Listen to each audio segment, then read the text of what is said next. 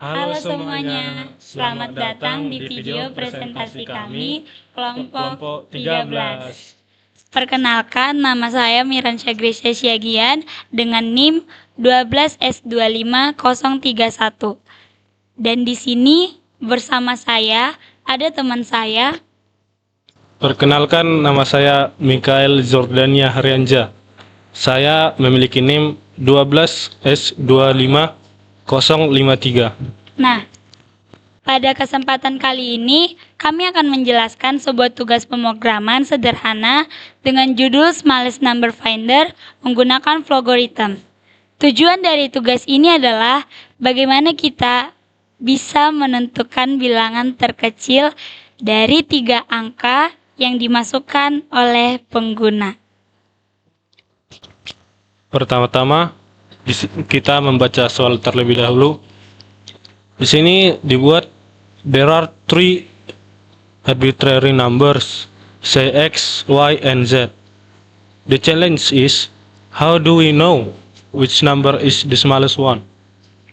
Bahasa Indonesianya, di sini terdapat 3 nomor acak. Kita katakan saja X, Y, dan Z. Tantangannya adalah bagaimana kita mengetahui nomor mana yang paling kecil. Inputnya, the solution requires 3 an arbitrary integer number from the user. The user must enter the number one by one number at a time. Bahasa Indonesianya, solusinya mengandung 3 bilangan acak number dari user atau pengguna flowchart itu tersebut. Pengguna harus memasukkan bilangan satu demi satu. Kemudian outputnya di sini, the solution decide which one is the smallest and output it. Artinya bahasa Indonesianya, the solusinya itu harus menentukan yang mana bilangan yang paling kecil, yang itulah outputnya. Kasusnya ini sangat sederhana. Kita punya 3 bilangan bulat, misalnya X, Y, dan Z. Tugas kita adalah mencari tahu bilangan mana yang paling kecil di antara ketiga angka tersebut. Input dari program ini adalah 3 angka yang kita masukkan satu persatu. Output yang dihasilkan adalah sebuah angka, yaitu bilangan yang paling kecil. Contohnya, jika kita memasukkan 4, 5, dan 2, maka yang muncul adalah 2, karena 2 adalah bilangan terkecil. Nah, sebelum kita mengimplementasikannya ke dalam logarithm atau flowchart, kita harus memahaminya secara logika. Jadi, misalnya kita punya 3 angka, yaitu X, Y, dan Z. Nah, kita ingin tahu angka mana yang paling kecil. Untuk langkah yang pertama itu, kita bandingkan dulu angka X dengan angka Y dan juga Z. Kalau ternyata X lebih kecil dari Y dan lebih kecil juga dari Z, maka sudah jelas X lah angka yang paling kecil. Namun kalau tidak, maka kita lanjutkan ke langkah yang kedua, yaitu membandingkan Y ini dengan X dan juga Z. Kalau Y lebih kecil dari keduanya,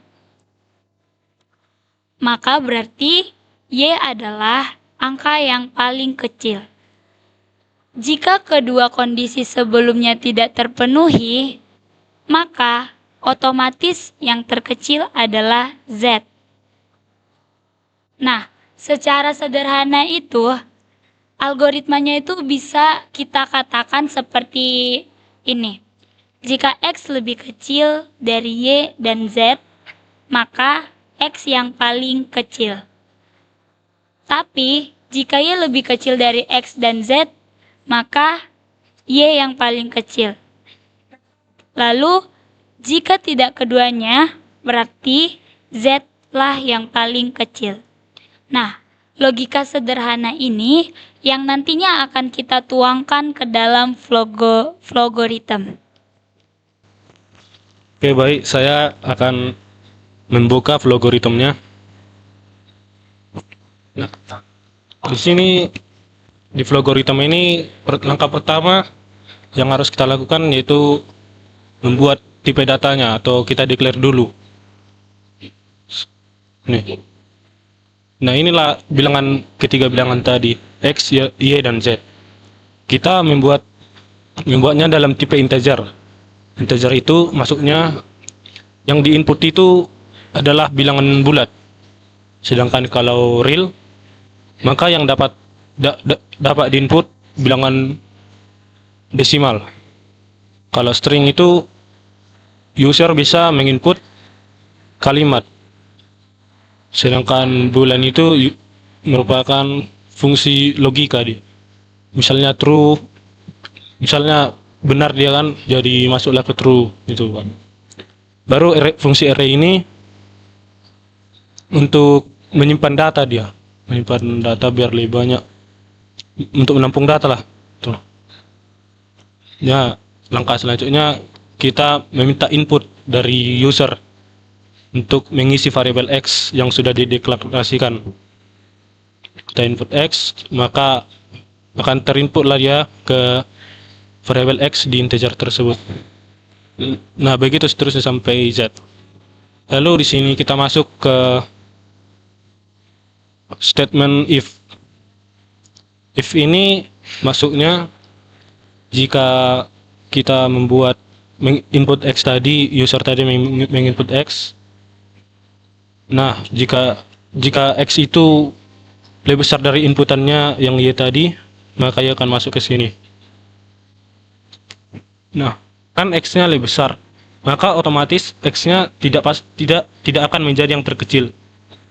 Nah, Y-nya masih ada kemungkinan karena Z juga masih punya kemungkinan karena Y udah lebih kecil daripada X. Lalu masuklah ke statement if yang true.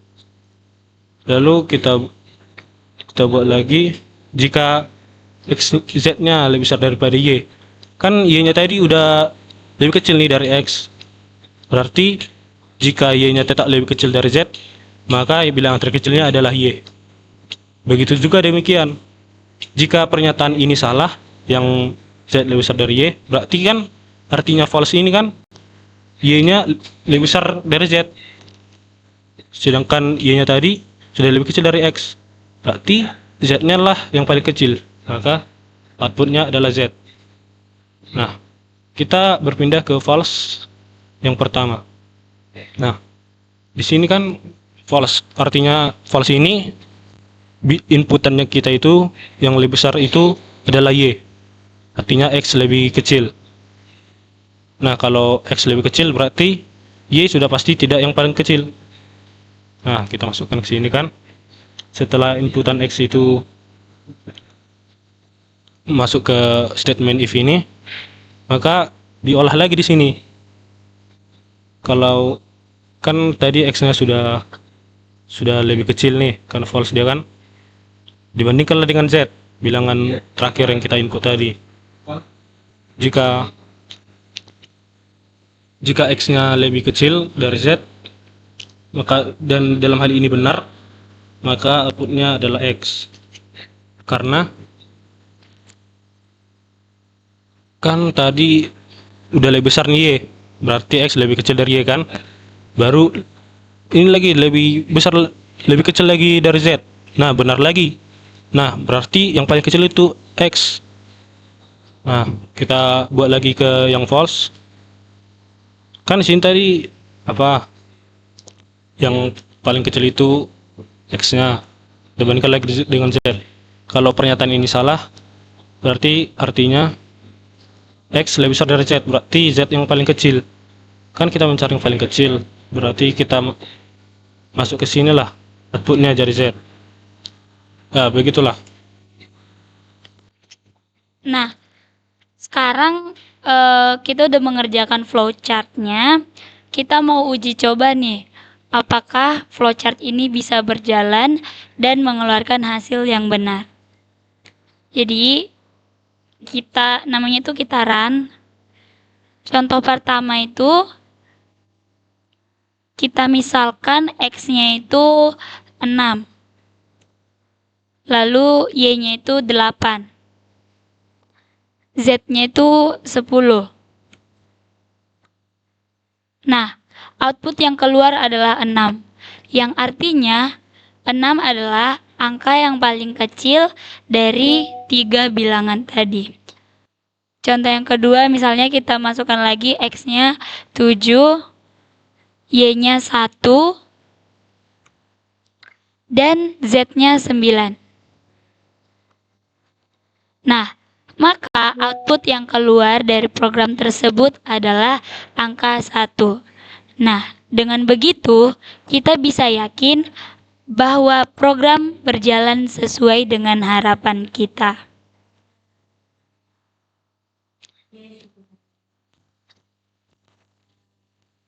Saya akan menjelaskan lagi punya teman saya, paper saya, si Mirawat. Nah, kan di sini tadi punya kami sudah sama nih Pak, dari belajar sampai input Z-nya. Nah, bedanya kami itu Pak,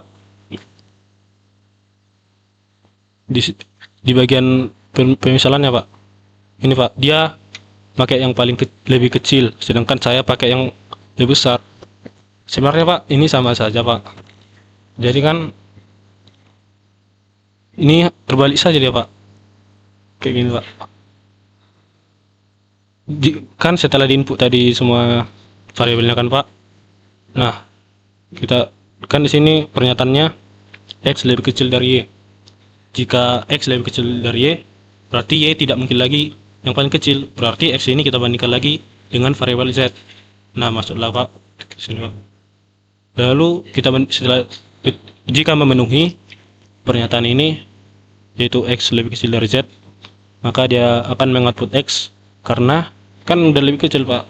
X ini dari Y lebih kecil lagi Pak dari Z, berarti dia otomatis yang paling kecil Pak. Selanjutnya jika pernyataan ini salah, maka dia akan mengoutput Z, karena X nya sudah lebih kecil lah dari Y. Berarti karena false dia kan berarti X nya lebih besar dari Z, otomatis jawabannya adalah Z. Lalu kita kembali ke false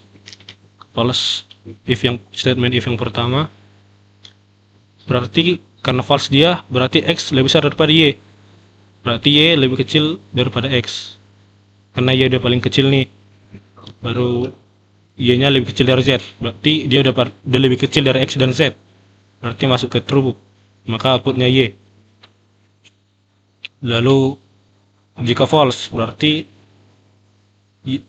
Y-nya lebih besar daripada Z, berarti outputnya adalah Z. Begitu Pak.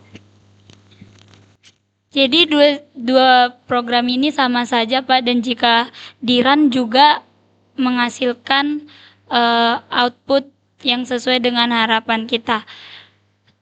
Saya kasih contoh, misalnya X-nya adalah 7, Y-nya adalah 9, terus Z-nya adalah 3, maka output yang diberikan adalah 3. Karena 3 adalah bilangan yang paling kecil daripada 3 angka yang kita masukkan tadi. Jadi, dua program ini baik yang kanan maupun yang kiri sama saja Pak, dan sudah terbukti. Nah, baik, itu tadi penjelasan singkat dari kami mengenai program Smallest Number Finder menggunakan Flowgorithm. Melalui tugas ini, kita belajar bagaimana membuat algoritma sederhana dengan menggunakan percabangan, serta memahami cara menentukan bilangan terkecil di antara beberapa angka. Semoga penjelasan ini bermanfaat dan bisa membantu teman-teman dalam memahami materi algoritma dasar. Sekian dari kelompok 13. Terima kasih.